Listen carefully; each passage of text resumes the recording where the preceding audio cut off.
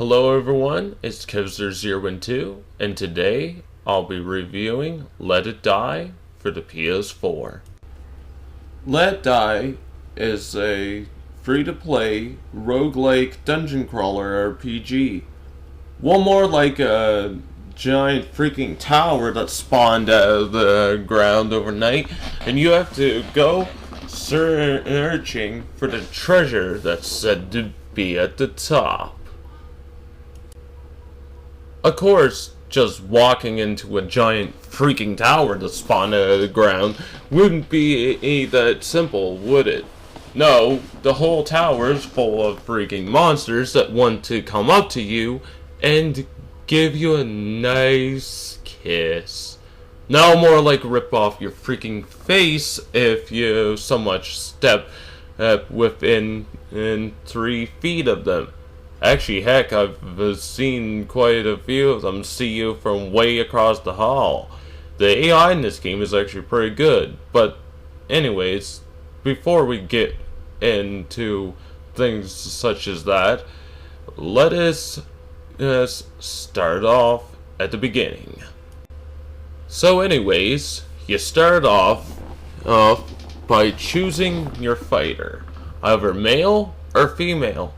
And they give you an assortment of different player models to choose from, but there's no actual really customization in the game. And the reason for that is, well, it's a roguelike, so if you die, you can end up losing everything and having to start over. But luckily, there's a few mechanics in place to save your character. For example, if you die, you can always go back to where your previous character died with a new character and kill them. And then they'll be sent to a freezer where they'll be hung up and you can go and play as them again. Another option, with it being the free-to-play game and all, is death medals, which is basically the paid currency in this game, which isn't too bad, because I've never really found them to really be intrusive. From the many hours that I actually put into this game, I've never once purchased any death medals, and actually, luckily, they actually give you a decent amount to start off with, and really, you don't really need to spend them really at all unless you want to instantly respawn from where you currently died at, which, honestly, isn't what I was really expecting at first. When I first started playing the game, I thought, oh, if I died, I'm screwed, and I'll have to start a whole new character over and not be able to get them back again. But also another thing, along with being able to go back and kill your previous self, or just paying a death medal as you die, you can also retrieve your characters by spending gold, which isn't really too much gold, but I don't know if maybe at higher levels it becomes more expensive, but you can create a new character, save up enough gold to retrieve your previous characters, and then you can go on a rampage once again. But wait, was this about going back to kill your previous character to retrieve them and throw them in a freezer? Well, let me explain. When you die in Let It Die, you leave behind your corpse, which turns into a zombie. So, if you go back to where you previously died with another character, you will have to fight them because they will be ready to rip your face off. which is actually quite interesting. See, this game is also has online as a part of it. So not only will you see your own characters that have previously died, you can also end up seeing other player characters that have died before as well, which is quite interesting. I've actually seen this quite a bit, where it's like you'll just be running along and look, why is there a level 1 on like the 3rd level of this game? Well, no wonder he died so soon. But it's not always simple, because see, you can be a low level and people can actually also invade your world by using one of their characters. Because you can actually hold multiple characters in your freezer. You start with 3, but I guess as you get further through the game, you can actually unlock more character slots. So, you can be playing as one character, and you can take one of your other characters and go invading one's world. Now, which I find is kind of a problem sometimes, because there's one thing they need to do, and they need to put some kind of restriction on it. Luckily, it's a relatively new game that didn't come out that long ago, so maybe they'll fix this and make it a little bit more balanced. Because I've had it where I was literally on the first floor of the tower, and lo and behold, someone had invaded my world with a level 27. Now, it's not too hard considering the fact that they are AI controlled, which means that if you are good enough, you can actually kill them. So, it's not quite like Dark Souls in that sense, but I could see people somewhat comparing it to Dark Souls.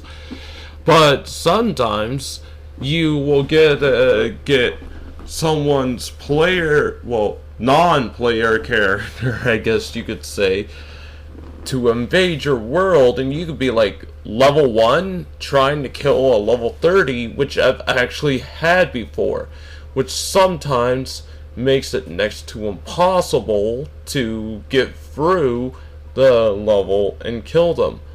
But it is also good because you can actually go into a level, kill all the monsters before the player's character that is there, and you can keep going back and leveling up a bit before trying to kill them.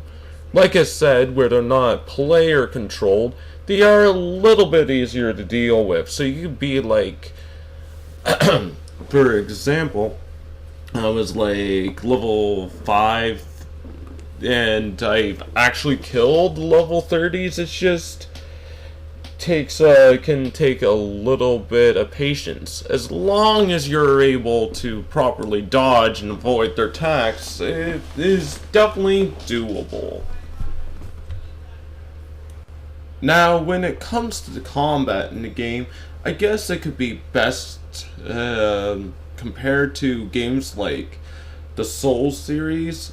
I would say it's a direct replication of Dark Souls, but I guess it's people are so used to comparing them nowadays. It's best to, I suppose, compare it to that, where you can lock on to different enemies, or you can also freely move around, and you can have your weak attacks for depending on what weapons you're using, and your strong attacks. And you can also roll, or if be a coward and run out of the way. And as you fight, you do build up a rage meter. And as that rage meter fills, you can then release rage attacks which do a ton of damage.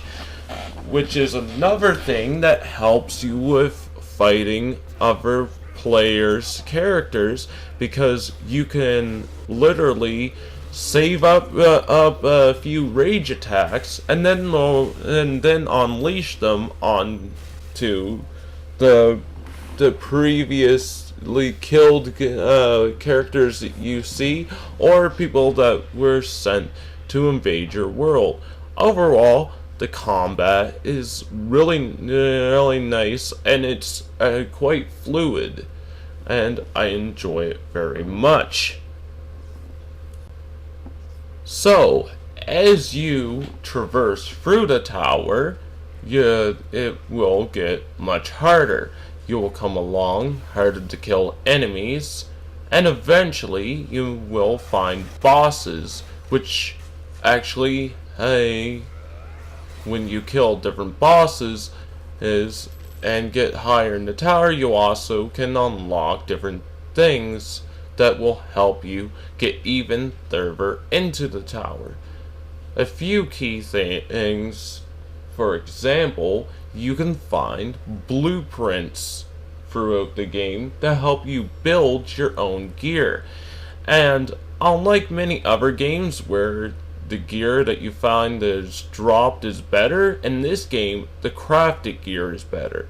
Because normally, like I said, anything that you find that drops off an enemy will normally be damaged. Where if you craft your own gear, it will be fully undamaged and will last much longer, which is very useful, as your gear will otherwise be constantly breaking, which isn't very good.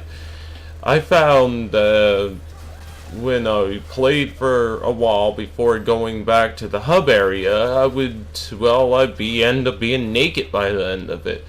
It's not nearly as bad as Dark Souls 2, from what I remember of Dark Souls 2, where after killing like 3 or 4 enemies, your weapon was destroyed. No, but if I had to compare it to anything, it would be kinda like that when it comes to the durability. Not like Dark Souls 3, where nothing ever seems to break, even though it has durability on it, because every time you rest the bonfire in that game, it repair anyways. But, anyways, as you go through the tower, you do find your blueprints, and you do get to mid-level bosses, and you do get to an actual end level boss, which not really so much of end level, because after that you do continue traversing up through the tower. But I have to say, the bosses are actually really fun and actually quite the challenge.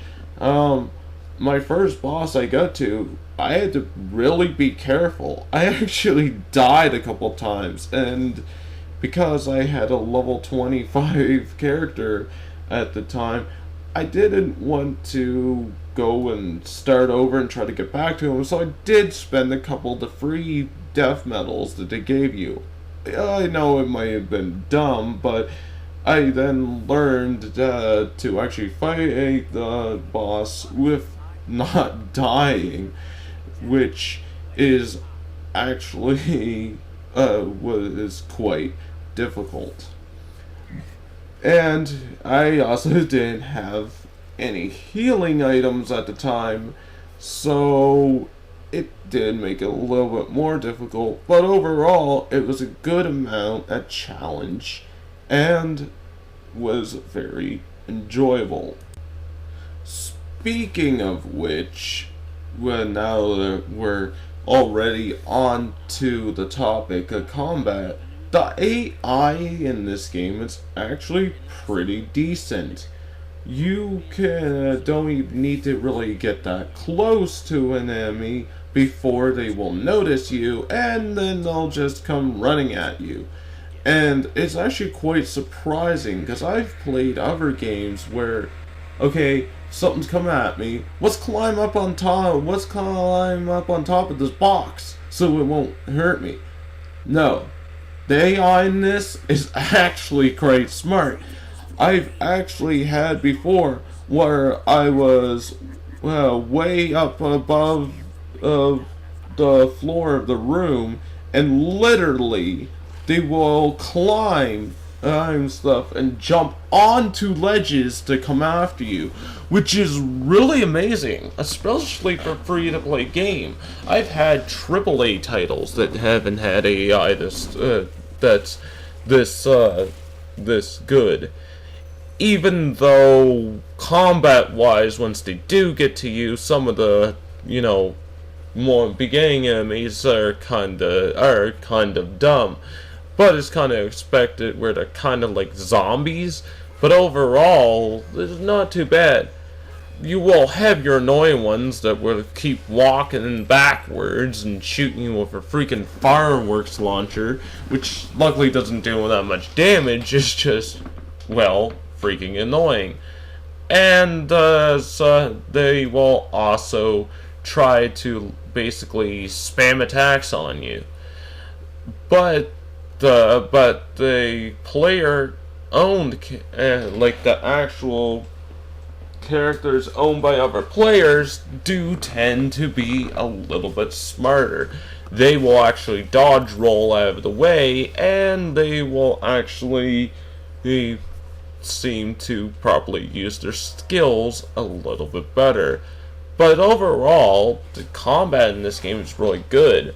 And I also really love the exploration. Even though some of the tower is kind of almost, like some of it seems like copy and pasted, it's not overly too bad.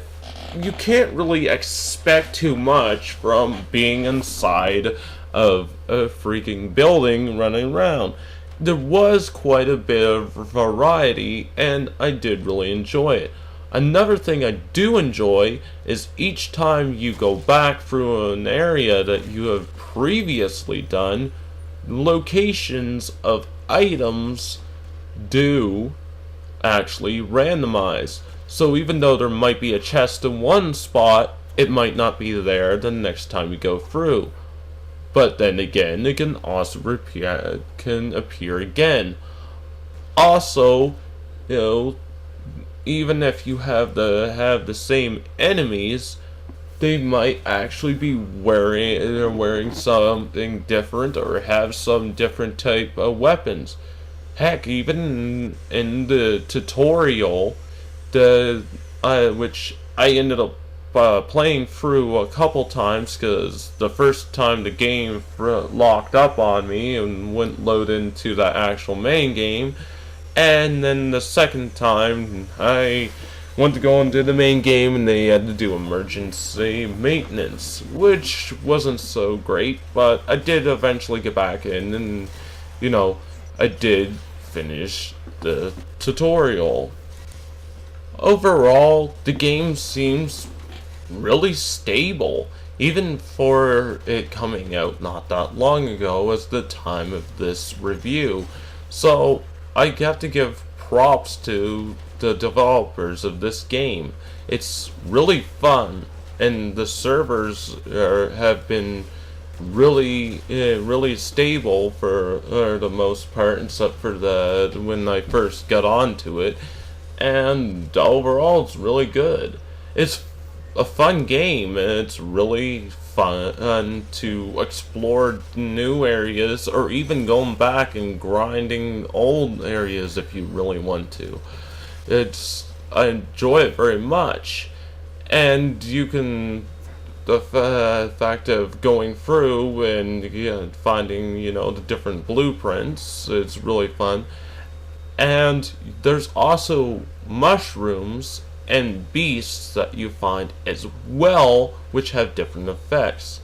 Yes, I said mushrooms, but of course with the mushrooms, although some may heal you or give you beneficial effects, it's very important to look at them before you pick them up and eat them.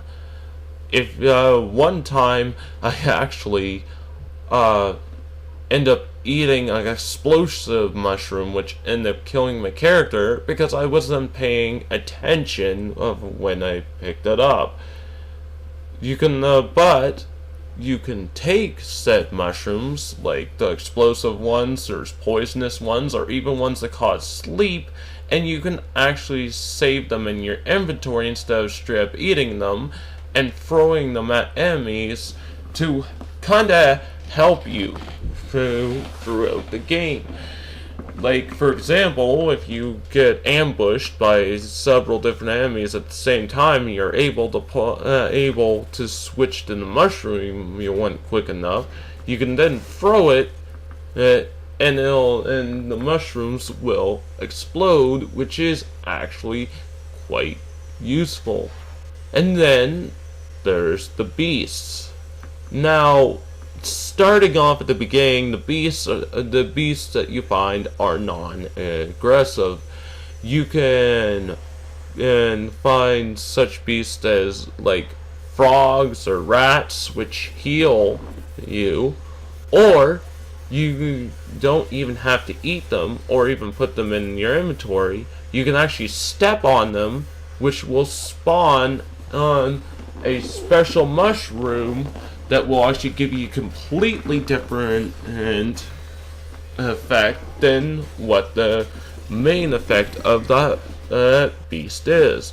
Like, for example, even though the frog healed me, when I stepped on it, it caused a damaging mushroom that I could use against enemies, or the rat it actually gave me a small stat boost for a short time instead of straight up healing me. There are beasts later in the game that I guess are actually hostile. I haven't seen any yet because although I've been playing this for quite some time, I haven't got super far, but I feel like I have played quite a bit to be able to do this review. Overall, I really like this game, and I could go on about it for quite some time, but before I end, there are still a few more things to go over. Another thing I want to mention really quickly is things such as the graphics. Graphically, it's not that bad. For a free-to-play game, it looks quite nice. And, well, it runs on the Unreal Engine, so you can only expect it to look relatively good. And I'm not sure exactly at the frame rate, but it seemed buttery smooth for the most part. I didn't see any frame drops. And from what I can see by comparing to other games that I played, it seems like it is definitely above 30 frames. Almost seems like it might be running at 60. Or I'm blind and I think 30 is 60. Otherwise, it looks good and it performs really well with no frame drops. So I give them props for doing that, especially with a free-to-play game. A lot of games that you actually have to purchase actually tend to be unstable sometimes. So it was actually really surprising. So I give major props to that. Another thing I want to mention before I continue on to more in-depth things such as gameplay is the sound is actually really done pretty well. Like the screaming of the monsters or bashing open zombie or any monster's brains with a baseball bat is actually really good. It may not be perfect, but I've not seen any issues. And the voice acting isn't too bad. Like the English voicing, I really had no complaints with. Especially the guy that you end up meeting from the beginning. I don't want to give too many spoilers, but basically he's the Grim Reaper, and I really like him. And it has a pretty decent sense of humor. I really enjoyed that as well. So I definitely give them props for the sound design. So another thing I do want to mention is I was confused when I first got to this point was when you start off, the starter character that you can make can only hit level 25. Now I feel this is probably to stop you from grinding out levels and become super overpowered way before you get to certain points in the game and just basically making the cakewalk. So I kind of understand this. So eventually you will end up making a new character, even though if your first character survives a very long time, because you will want to make one of those characters that have a lot higher of a level cap.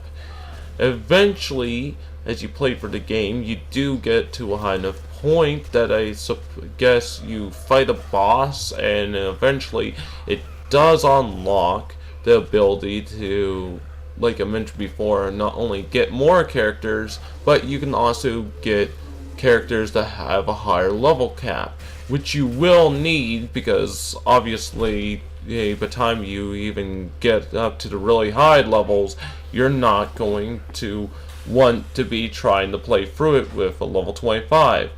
Unless you're one of the masochists that played like the Soul series with a level 1 character, then I suppose you could do that as well. Which I feel you could probably do a challenge run, because although levels do affect things such as stats, I could see you, if you really took your time and had a lot of patience, you could possibly play the game with a lower level character, but I'm not 100% positive about that. Another thing is, you do also eventually unlock actual multiplayer PvP. And the PvP in this game is quite interesting. You battle against other players that are from different regions around the world. Where I'm Canadian, I am on Team Canada, but there is also different countries. And some reason, I guess the States also has has a bunch of the different states that you can choose from, where it's like, oh well, Canada is just Canada, and Canada obviously doesn't have more than one location. It's Canada, but whatever. Overall, it's not really a big deal, but it is kind of cool because it has to basically compete against different regions in the whole world is really awesome. And the fact that you get different rewards based on how well your team's doing, or just overall in your own performance, is really cool. So, what else can I add to my review of this game? Well, I don't really want to keep it going for a super long time, but there's probably a few things that I might have actually missed. But with that being said, I feel that I covered a lot of the main things that there is to talk about in this game, and overall, I think it's a really well done game. Like, there are many free-to-play games that aren't that good, or just feel like grind fests. And I didn't feel at any point when I was traversing the tower that I was really grinding. I went back to other areas and killed the same enemies and whatnot under my own accord. I could have kept going up and up and up, but I just like to go back and collect loot and sell stuff for coins and whatnot, which is actually it's actually quite fun. The exploration's great, the combat's great, the graphics are nice enough to be able to look at and run smooth. It's very good. It's a very stable game, and for such a new game, that is quite amazing, and I can't really complain too much. Oh, right. There is one more thing that I actually forgot to mention is you can also go to a the mushroom vendor in this game where, well, okay, you don't really buy mushrooms, but she's basically, I don't know how to explain it. I guess she feels that she's like the god of mushrooms. I don't know. She's crazy. But anyways, you can also get decals for your character, which you start off with one with your chest slot, and you can buy different decals which give you different permanent stat boosts as long as they are applied. You can also buy different ones to replace the current ones that you already have, and eventually you can also unlock different slots to actually put on different decals, which overall can make your character a lot more powerful, with either giving them more strength or better defense, or even ones such as like the blood sucking one, which you don't actually suck blood, but it takes health back from characters based off of what damage that you actually deal. So the decals are also another cool feature of the game. You also, you have storage in the game, which obviously you can store different items, because you'll find yourself picking up a lot of materials, and the inventory in this game is actually quite small. I never got to the point yet where I found a bigger inventory. I don't know if the higher level cap characters can have a higher inventory, so that's definitely something I'll have to keep my eye out. So if anyone plays the game and wants to come back and leave a comment on that, feel free to. But having the storage is it's definitely a good thing. I never ever found that I really got overwhelmed with too many items as long as I went back to store them. You also have a weapon and armor vendor, which is interesting. You can't actually buy anything from him in the beginning of the game. You can sell everything, but you can't buy stuff because you have to get the blueprints. You then have to craft said items, and then you can buy them on limited amount of times. It's kind of weird, but then at the same time, being able to craft items is also pretty cool.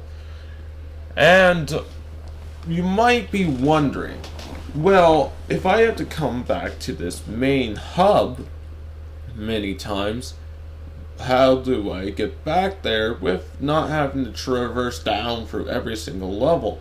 Well, luckily, there are different ways to actually travel between different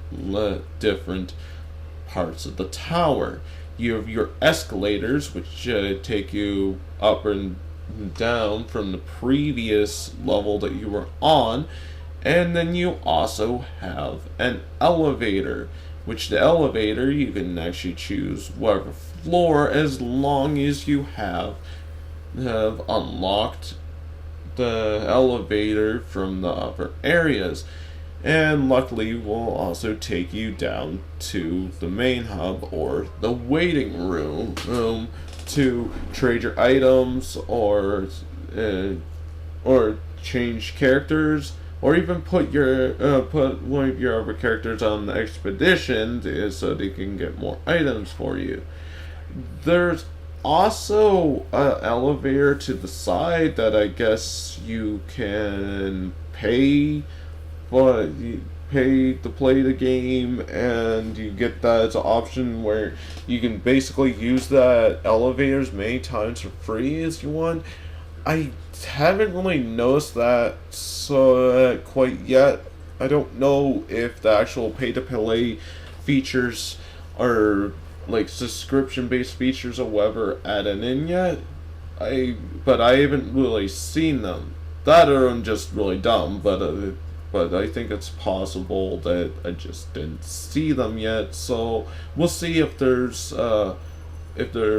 a subscription model somewhere down the line. So either way is really either way, Let It Die is a great game, and I could probably go on forever.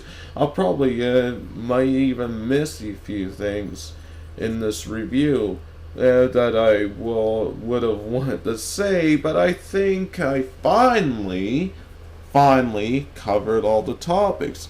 It's just overall a great game.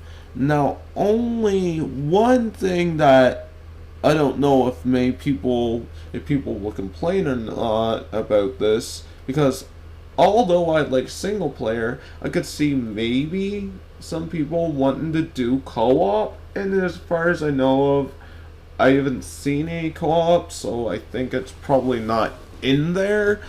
I feel that they don't want to make the game too easy by allowing you to group up and make a party, because, well, basically your objective is to make it to the top to actually get the treasure. Now, I don't know if you can actually get to the top or not yet, or it's the part of it says that the tower does expand more and more every day. So if it might, keep growing, it might never get to the top, or they mean that eventually they might add in an expansion or something to make it even taller and taller and kind of add more stuff into it. It's really fun, though, going up and down for the different levels. And now that I think about it, kind of reminds me of Sword Art Online. If you have ever watched the anime Sword Art Online, that's kind of how that game worked, where there's a tower with different levels that gets harder and harder as you go. So that's actually pretty cool to actually see a game like this that, has that type of mechanic put into the game, and it's really fun. And surprisingly, I don't think that the game is that well known yet, and that's a reason why I wanted to make this review. I hope maybe I can get more interest for this game. I literally hadn't heard about it even coming out until a Twitch streamer that I watched was playing it, and I then decided to play it myself, and I really enjoy it. But anyways, so I don't make this review go on forever, because so far it's been pretty long, especially with my rambling. I think it's a great game, and with it being free to play, on the PlayStation 4, there's no reason not to play it. Now, it is an exclusive title to the PS4, and I don't know if they actually plan to expand to PC and Xbox yet, so you will need to have a PS4 to play it. But overall, there's no reason not to play it. Like I was saying, with it being free to play, so definitely highly recommend that anyone that's watching this review check it out. And overall, I give this game a pretty good score. I definitely would give it an 8. Anyways, that has been Counselor 2. If you like this review, click the like button if you feel like, or even dislike it if you didn't like it and thought it was boring or it was too long or anything like that. And if you want to see more of this game, I will be streaming it on Twitch, which I have actually been doing for quite a while since I first heard about this game. So you can actually come in and check in more gameplay there on my Twitch channel, which I will have linked down below. Anyways, this is Coaster 2, and have a great day.